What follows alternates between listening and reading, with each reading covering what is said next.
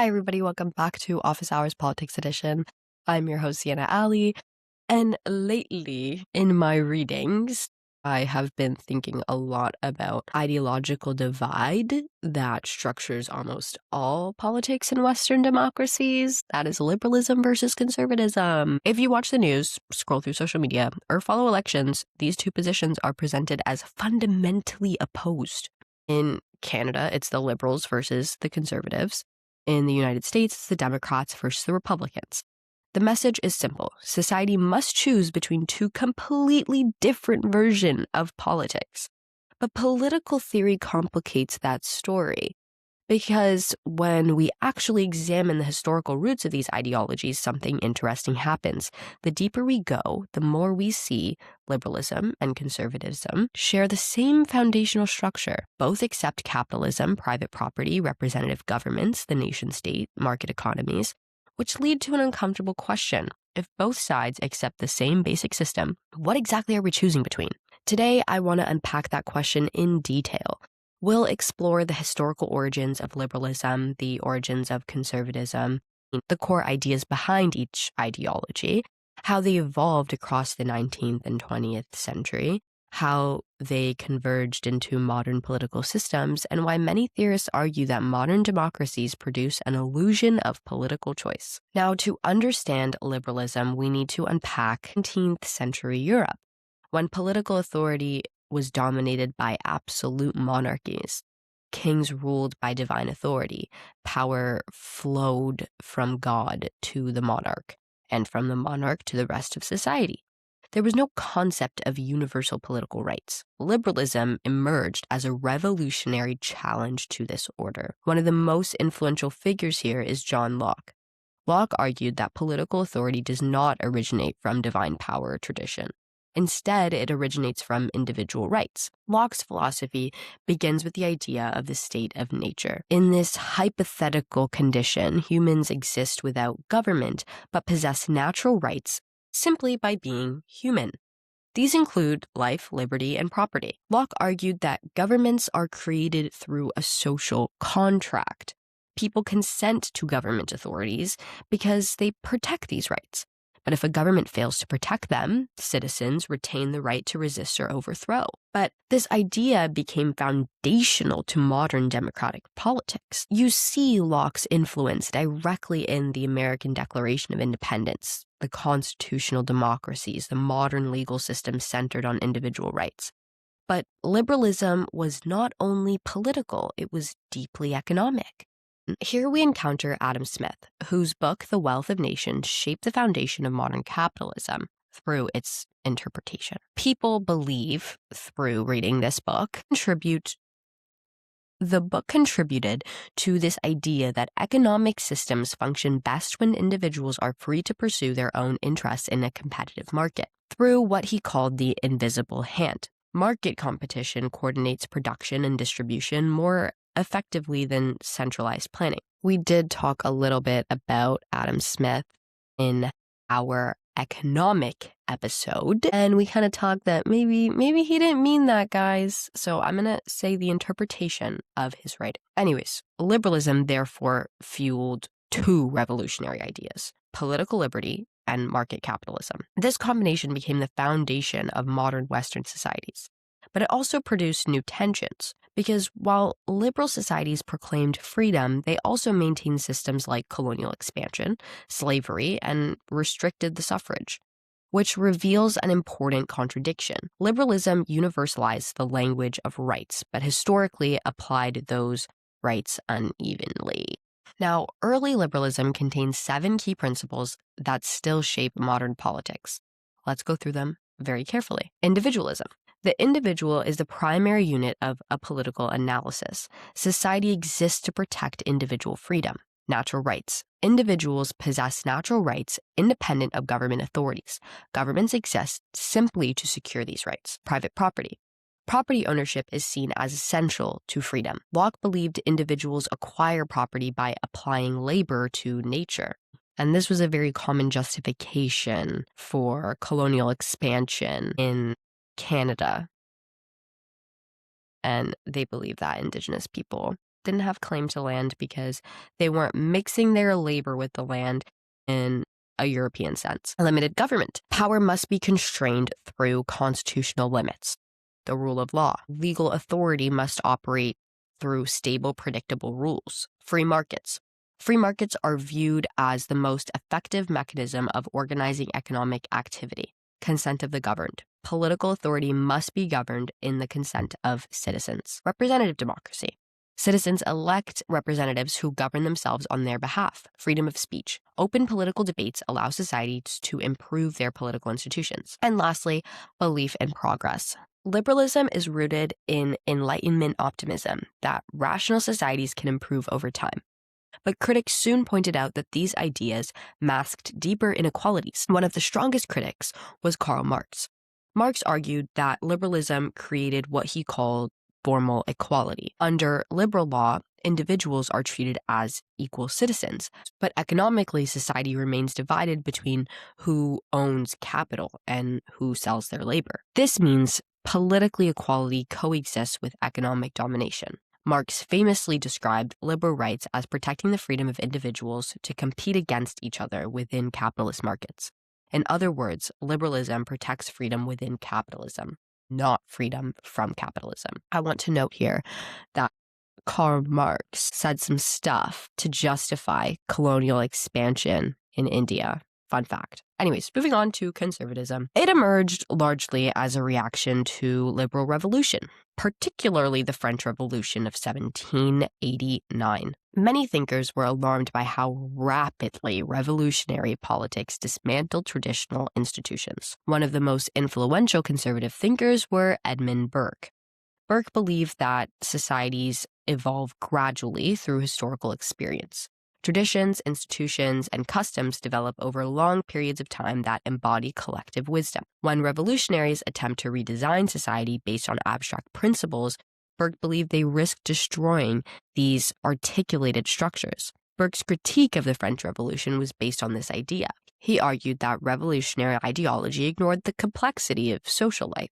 Instead of reforming institutions gradually, revolutionists tried to rebuild society from scratch based on theories of equality and rational design. For Burke, this was profoundly dangerous because societies are not machines that can be engineered. They are living historical systems. Conservatism, therefore, emphasizes tradition, gradual change, social stability, and respect for institutions. But here's where things become interesting. Over time, conservatives gradually accepted many liberal institutions. They stopped trying to restore monarchies. Instead, they began operating within liberal democracies, which means conservatism became less about rejecting liberalism and more about managing it cautiously. Now, traditional conservatism rests on 7 key principles. Number 1 being tradition. Institutions develop over time, contain wisdom, and they cannot be easily replaced. Gradual change. Reform should occur slowly to avoid social instability. Social order. Stability and order are necessary for functioning societies. Authority. Institutions such as the family, church, and state maintain social life. Hierarchy. Conservatives often believe in social hierarchies that emerge naturally. Skepticism of utopianism. Human societies cannot be perfected through rational planning. Patriotism. National identity plays a central role in political life. Property. Property ownership promotes responsibility and stability. Moral order. Cultural norms help sustain social institutions. Anti-revolution. Radical transformations often produce unintended consequences. But as capitalism expanded across the 19th century, something interesting happened. Conservatives increasingly embraced capitalism, which meant both liberals and conservatives are now defending the same economic system. Now let's move into how liberalism and conservatism converged.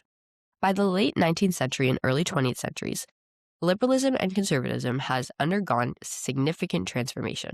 Early liberals had been revolutionary, but as capitalism stabilized and democratic institutions expanded, liberalism became the dominant political ideology. Conservatives adapted to this new environment. Instead of rejecting liberal democracy, they sought to preserve its institutions while maintaining social order. The result was an ideological convergence. Both ideologies now supported capitalist markets, private property, parliament democracy, and national sovereignty. Now, this system can be described as possessive individualism. Modern liberal democracies treat individuals primarily as owners of property and market actors. Politics becomes structured around protecting these relationships. Even when parties disagree on policy, they rarely challenge the underlying framework. This brings us to one of the most interesting and controversial critiques of modern democratic politics: the idea that contemporary political systems can create what some theorists describe as an illusion of choice. At first glance, modern democracies appear incredibly open. We have elections, multiple parties competing for power, political debates dominate television and social media. Citizens are encouraged to believe they are constantly participating in shaping the future of their society. But some political theorists argue that when we look closely at how those systems actually function, we begin to notice something different. Yes, elections exist. Yes, parties compete. Yes, debates happen. But the range of acceptable political ideas are often much more narrower than it appears. Certain fundamental assumptions about society are rarely questioned in mainstream politics.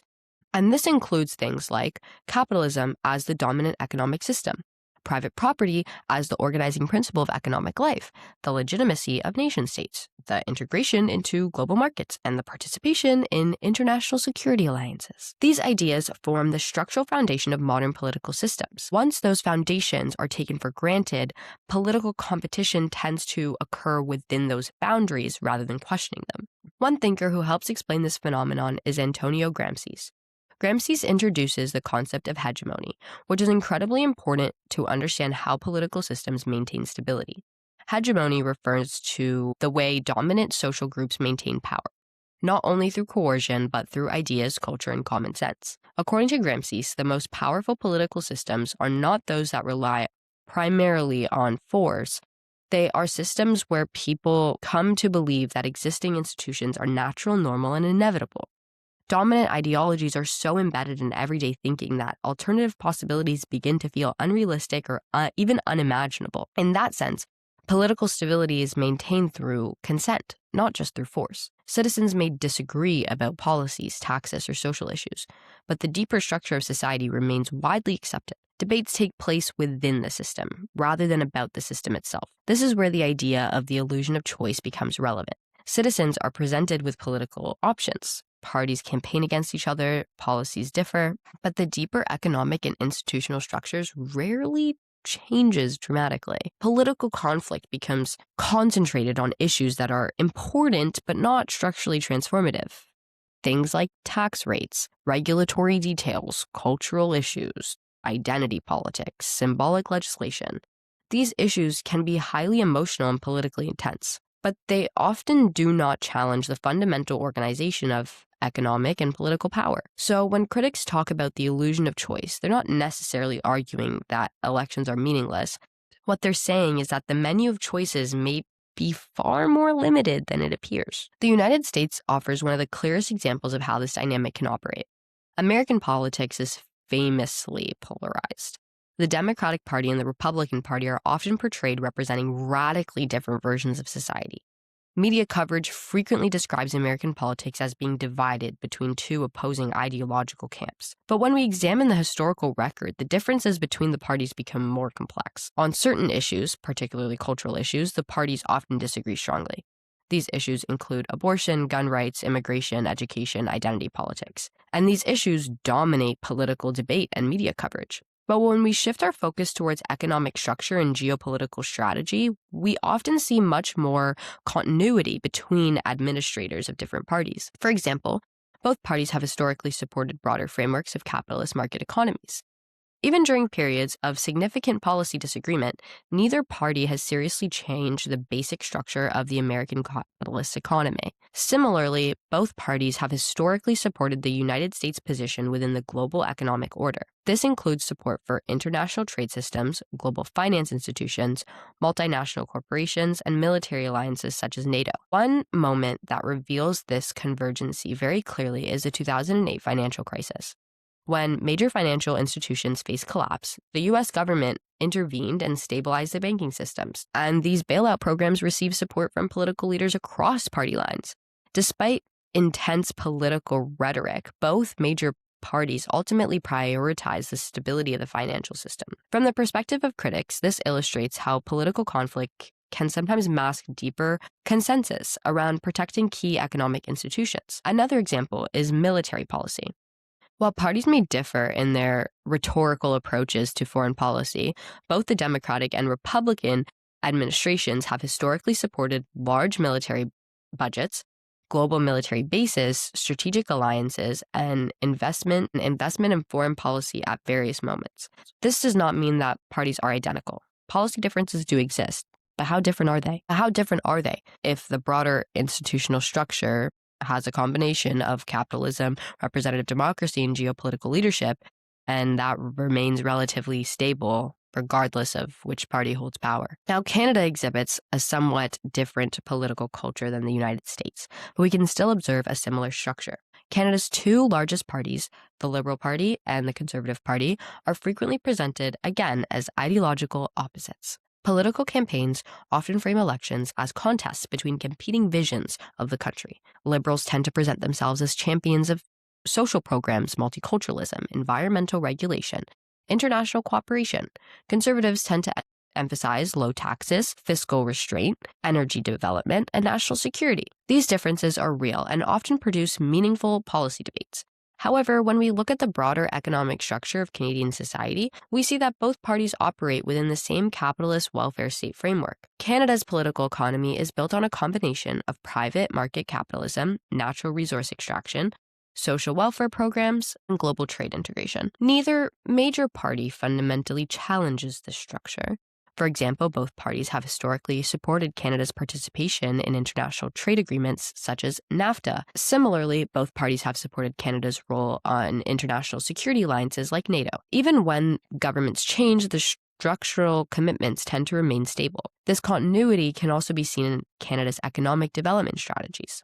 Both Liberals and Conservatives have supported industries such as the oil and gas extraction, mining, finance, and real estate development.